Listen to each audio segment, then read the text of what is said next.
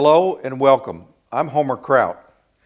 This lesson is on the approaches and techniques, the first part, tools for the pursuit of excellence. I should note that there are always new and greater ways to do things. There is always someone out there that wants you to improve and do things their way because it's better, newer, or it's the latest on the market.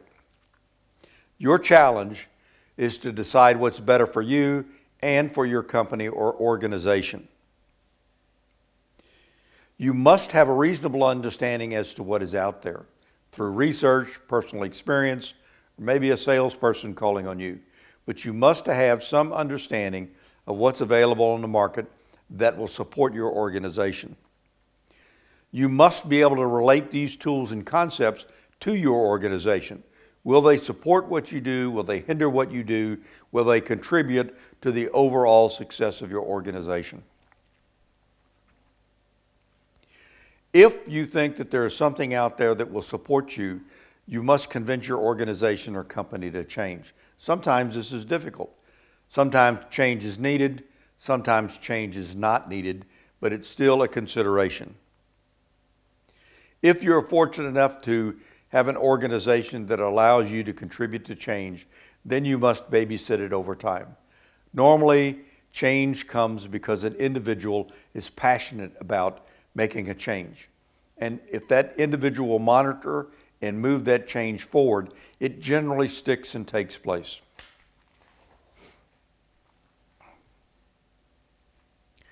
We're going to spend a few minutes talking about the 5S approach,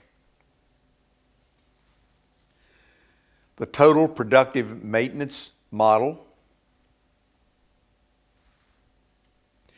overall equipment efficiency,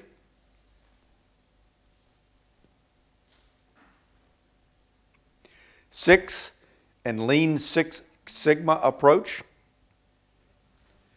We'll look at supporting models, and then we'll spend a short amount of time looking at some recommendations for your approach to implementing change or these models within your organization or company. The 5S approach. This approach, as with many others, was developed in Japan. It has been studied and adopted in many other countries and is a simplistic but fairly effective way to manage, introduce, and manage change within an organization.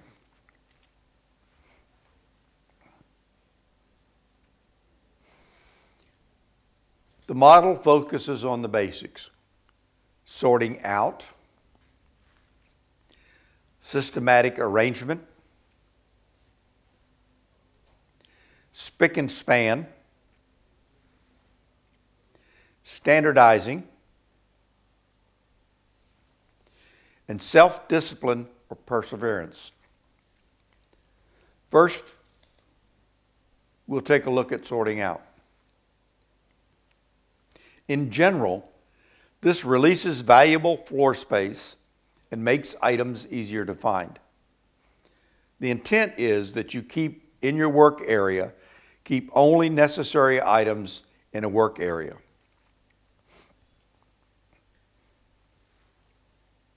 Keep parts, components, or not needed tools in a storage area. Recycle or dispose of items no longer needed. Now, these are all part of sorting out. We have seen some examples of this before, but as a review, a shadow board is the type of item that we're talking about here, flow markings on floors.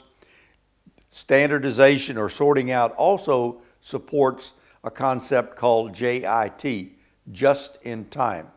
That means that you keep the supplies needed, tools needed, other equipment that is needed, where you can get to it, when you need it. But you should not keep redundant materials, redundant supplies, or things that might be needed next week in the same area or in the same place that you keep things that you need all the time or on a regular basis. Put similar items with similar items where you can. You must label everything and keep them in similar areas And when you're storing items, you should store those in a manner so that you can get to the most needed items or frequently needed items faster than those that are needed less frequently.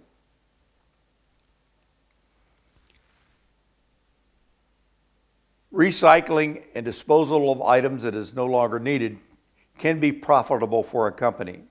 You need to keep track of those items, and you need to dispose of them in a manner that is both environmentally safe and supports overall profitability of the company. There are lots of waste materials, and if they're managed, handled, and disposed of correctly, they will not provide a safety issue, and there tend to be a return on investment. Okay, systematic arrangement. Shadowboard is an example of this. Arrange tools, materials, and equipment in an effective manner. Mark floor and storage area where storage, finished goods, equipment, and other items are to be placed. Ensure this is used as marked. Too many times we mark areas and places and items, and then we don't use them as we've marked them.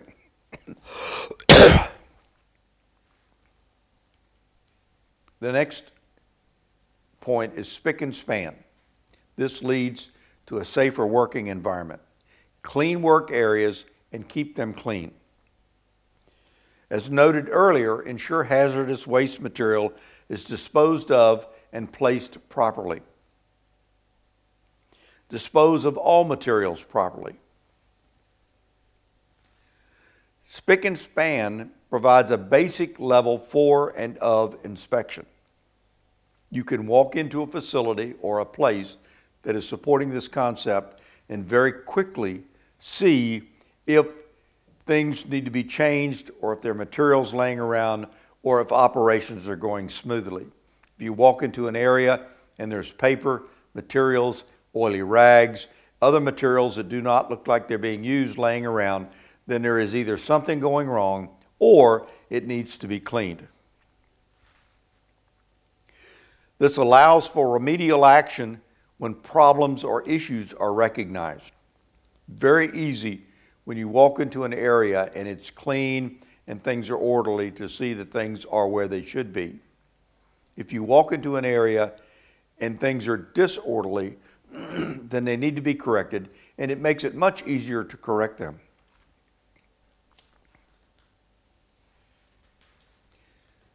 Standardizing. When you implement this model, you're in all likelihood going to change the way you do business, at least internally within a company. This sets the new standards and involves people in the process. Most of us do not like change, or if we change, it's something that we want to do and not something that we're forced to do. This particular process involves people in that process as part of change.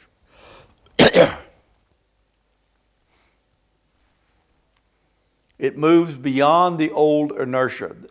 It's not business as it was, or it's not like we did things yesterday, or we're doing things today because that's the way that we did them yesterday. What we're doing is setting a new standard that hopefully improves the processes that we're involved in, and it sets a new standard. This also ensures everyone is using the same process. This is an interesting concept. If you move from one office to another, or one part of an organization to another, it would be nice if they were using the same procedures, the same standards, and looking toward the same outputs that you do. Even more importantly, if you belong to an organization that has international shoots or international partners, then some sort of standardization as you move between those units would certainly improve outcomes. In general, most companies will have what is called an SOP, Standard Operating Procedures. They will have a document in writing that describes these, sometimes in excruciating detail, as to how you must comport and work within a company. It has the rules, the guidelines. It even goes so far as to say how you would write letters and correspondence. These, if you do not have one, you need to create one, you need to follow one, and you need to ensure that these are updated over time.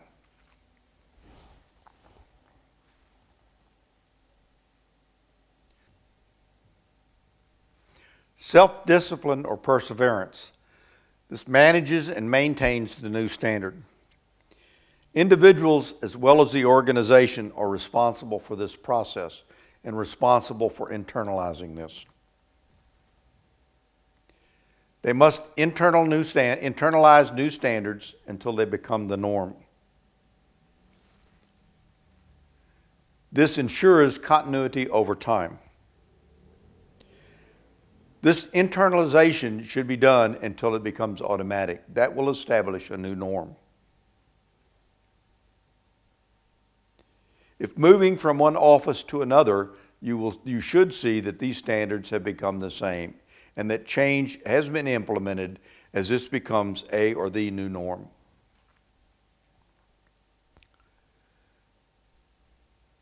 We will now move on to total productive maintenance.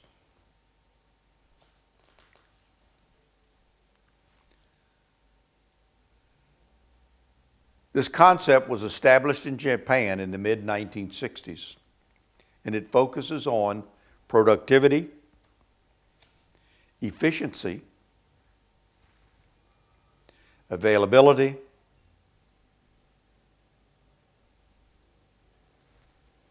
effectiveness of machinery and processes. We'll take a look at this in some detail.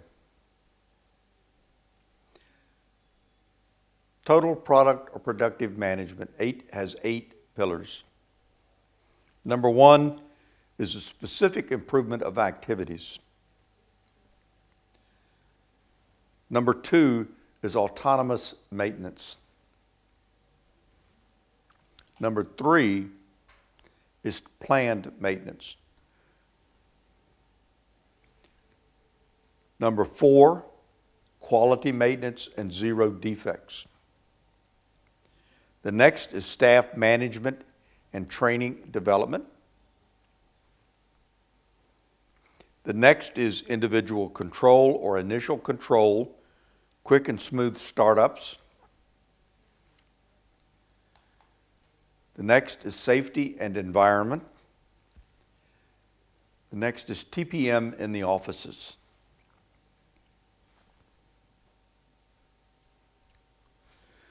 The focus of TPM is to achieve high reliability of processes and machinery along with flexibility.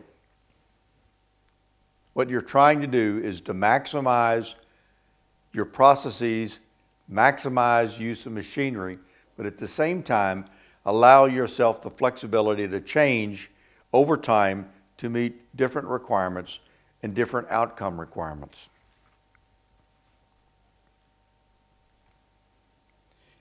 Costs are reduced through the reduction of man hours, raw materials, and consumables. What you're trying to do is to overall reduce cost and at the same time improve efficiency.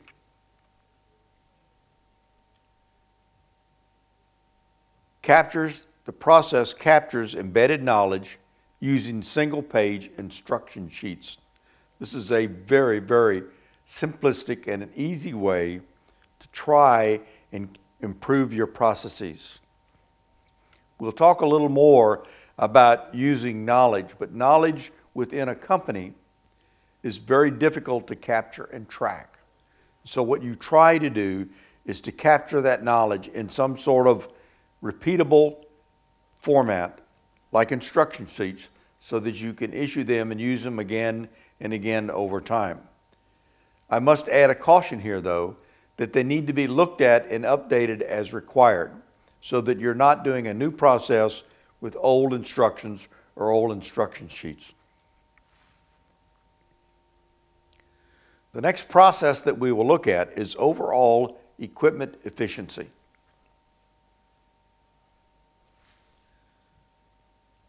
This focuses on the use of working hours. It is a composite of three factors to determine how working hours are used: availability, performance rate, and non-defective rate.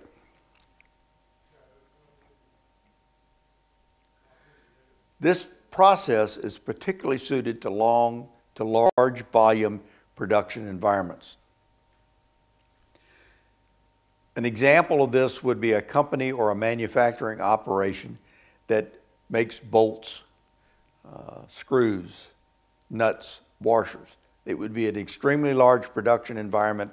They would be turning out thousands or hundreds of thousands of items, and they could use this particular operation or model to determine if they have an efficient set of production. It can also be used in a statistical manner to point out areas for improvement, areas for possible improvement, or areas where they're doing exceptionally well.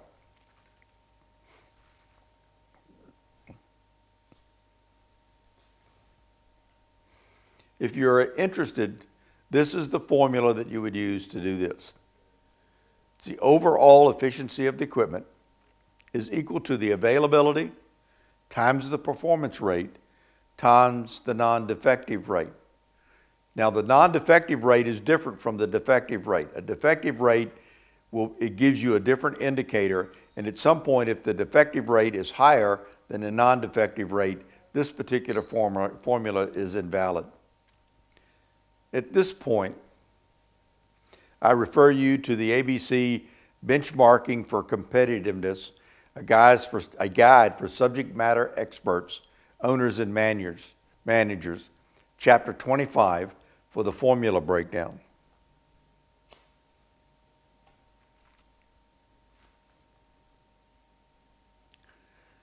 Six and Lean Six Sigma are the next model that we'll look at. These were considered to be the up-and-coming areas for improvement in the mid to late 1900s and the early 2000s.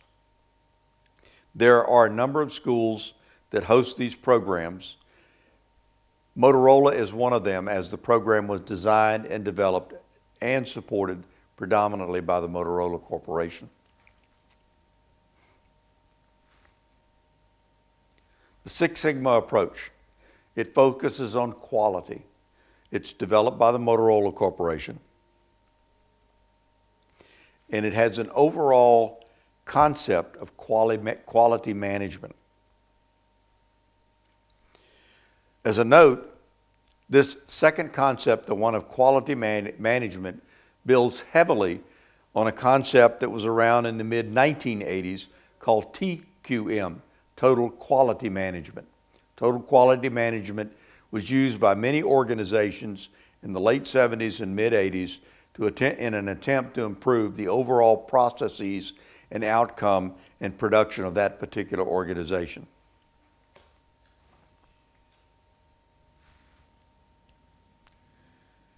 It centers on the reduction of variability. When you produce items and there's a variability, the cost goes up. If you're trying to improve a process, the reduction of variability will narrow the cost of the process and improve the outputs.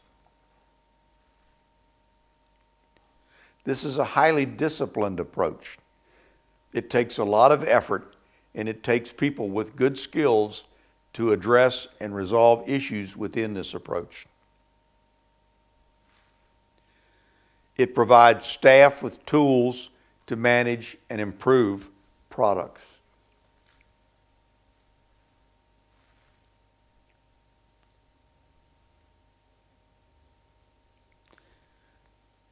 Six Sigma elements. What you do is you define a problem and a project to address it. As with other models, you measure and gather basic data. It's extremely important as you move through this process that the data that you gather is accurate and comprehensive. You cannot collect information from data that is not complete, or that is incorrect. You must analyze the data and identify issues.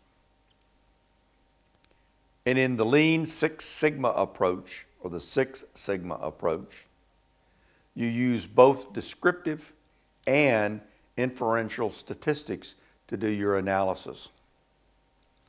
The descriptive statistics allow you to describe the data as it exists today. In general, or specifically, it's a historical information based on collected data. With inferential statistics, what you're attempting to do is to predict, based on the data that you have, you're trying to predict what will happen in the future.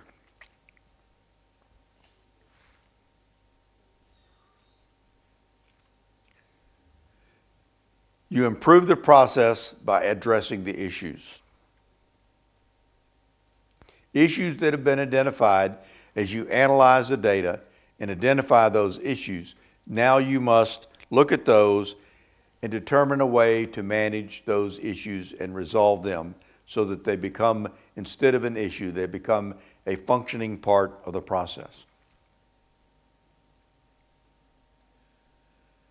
And then you must control the process to maintain standards.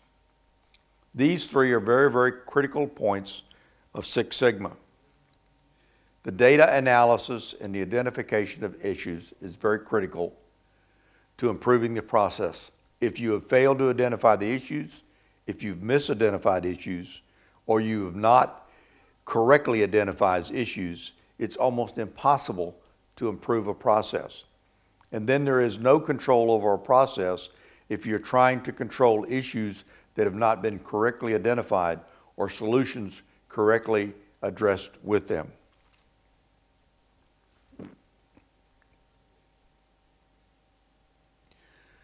Sometime after Six Sigma came about, an additional thought to the model was added, and this is added the Lean concept. Lean Six Sigma. Lean focuses on the elimination of all process waste, emphasizing increased speed and reducing lead time.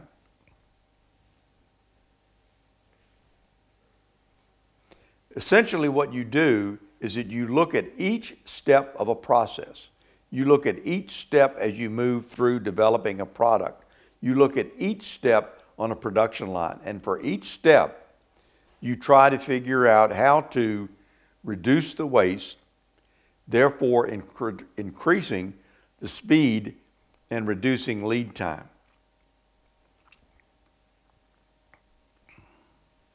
It is thought that by combining Lean with Six Sigma, the methodology is more powerful than Lean or Six Sigma used in isolation. These two tools have been used very, very effectively in large organizations to increase efficiency, reduce waste, and increase production. They are especially effective in organizations that are manpower-based rather than production-based. By that I mean, if you're in an organization that creates widgets through a machine production process, this particular model probably fits better the management side than the production side. But it is a good process, it is a good model, and one that should be considered, if not in whole, then certainly in part.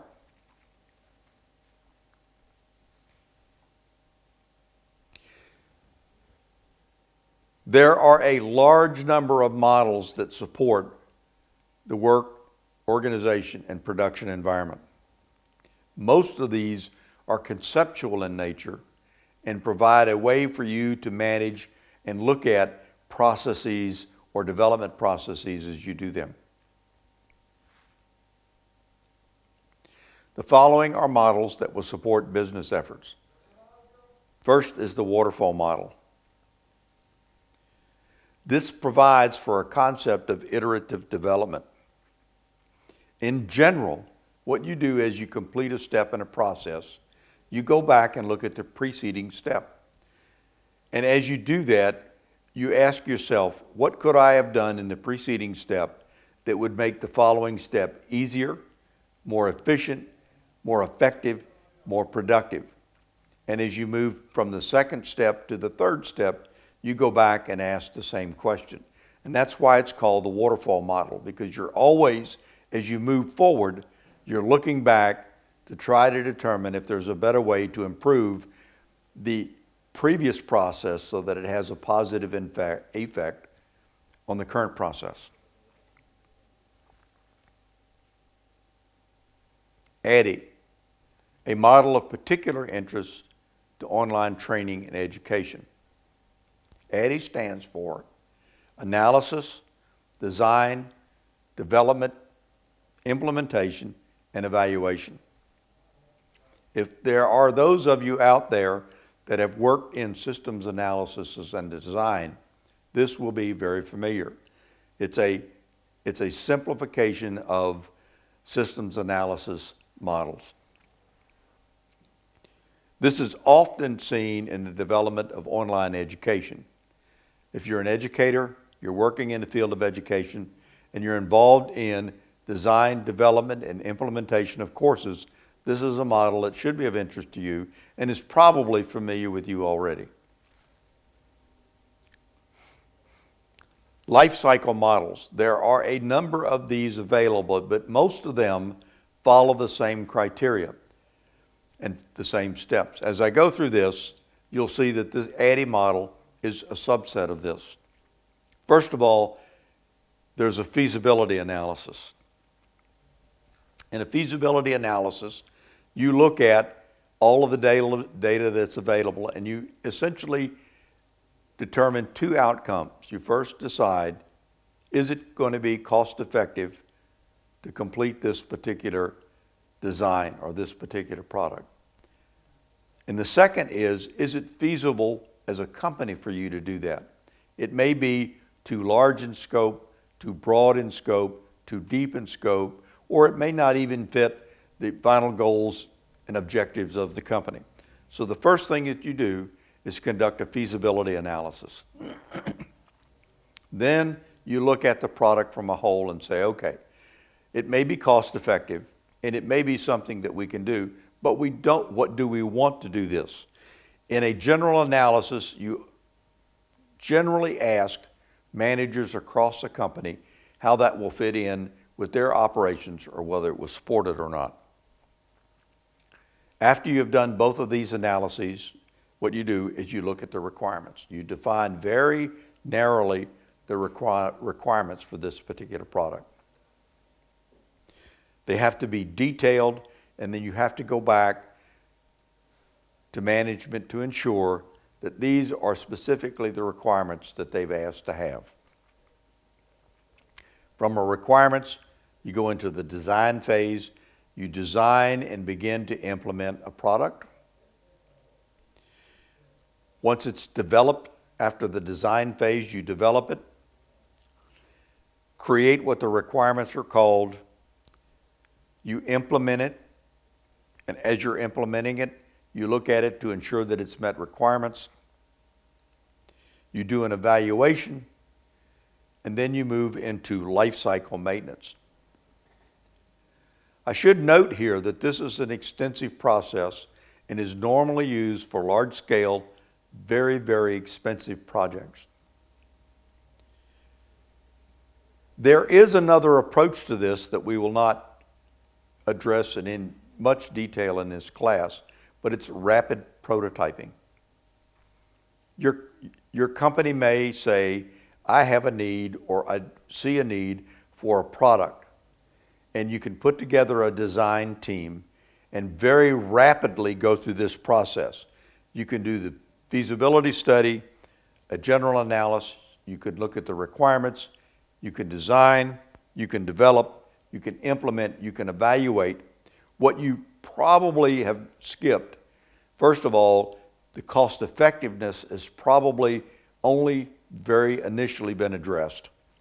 And then in general for a rapid prototype, You don't design or look at life cycle maintenance. You only do that after you have the prototype, and at that point you decide whether it's effective or whether you're going to use it or not, and then you would implement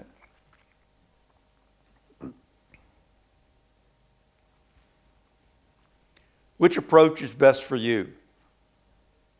That really depends. What do you produce? Most of the time, you will not be involved in a startup process. Most of the time, when you start looking at models, you're involved in some sort of a small team effort, and a lot of these models in toto would not apply to you, but they would apply in some part. What or where is your customer base? If your customer base is in a local community or is very local, there may not be a need or a reason for you to produce on an international level. So you need to determine, what do you produce? Where is your customer base? Of the tools and techniques that we've been talking about, you're most likely to apply those to current operations within your own company. Another question that you should be asking is, how large is your company?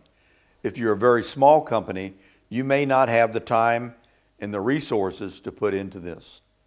What you may wind up doing is taking small parts of it and trying to implement it on a small scale over a period of time with limited resources and limited personnel.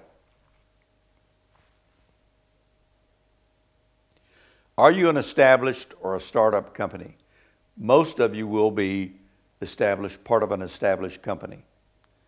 The very few of you that are lucky enough to work in a startup company are going to find that the pace in that type of organization is rapid, change is rapid, and things move at a much faster pace than they do in an established organization.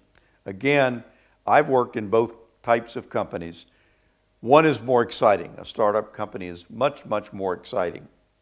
The potential for success and the potential for failure is just about evenly great.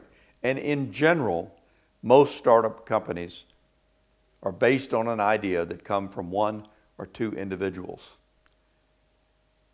That's a lot of dependency. What are your short and long range objectives?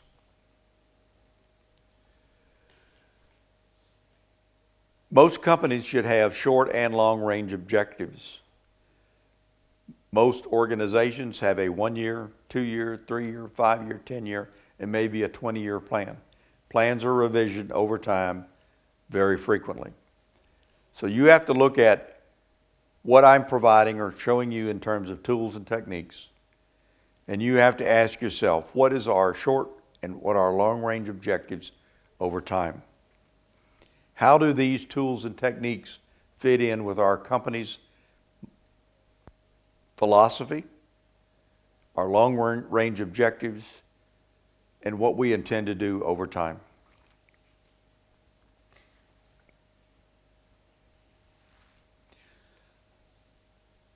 Your approach.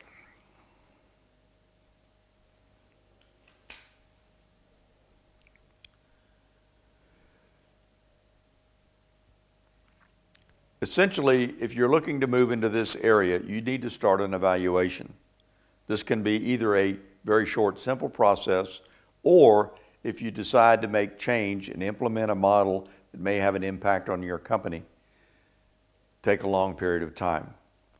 My recommendation is that you look at Appendix 1, Self-Assessment Questionnaire of the ABC Benchmarking Reference.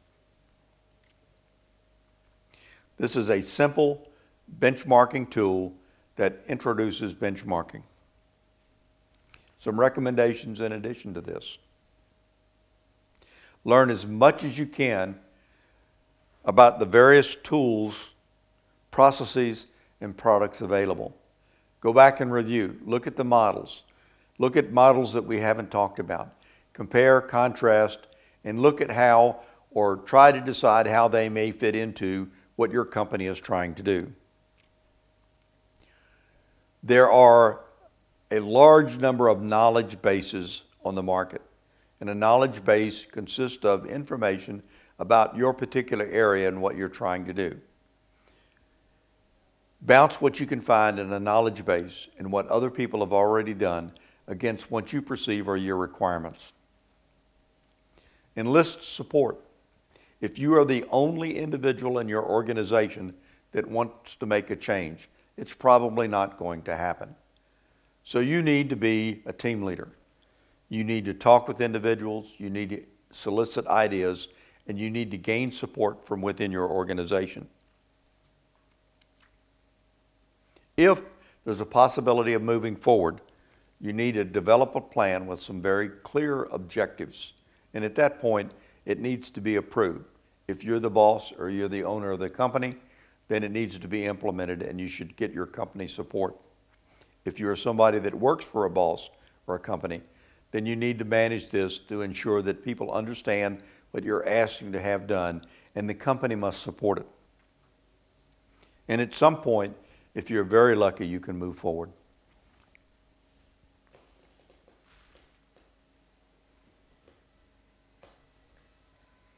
What we've done in this lesson is reviewed some approaches and techniques that support moving towards excellence. However, it's necessary that you determine the best approach and techniques that will assist in meeting your company's needs. If you have any additional questions or need more information, please contact or access the university website.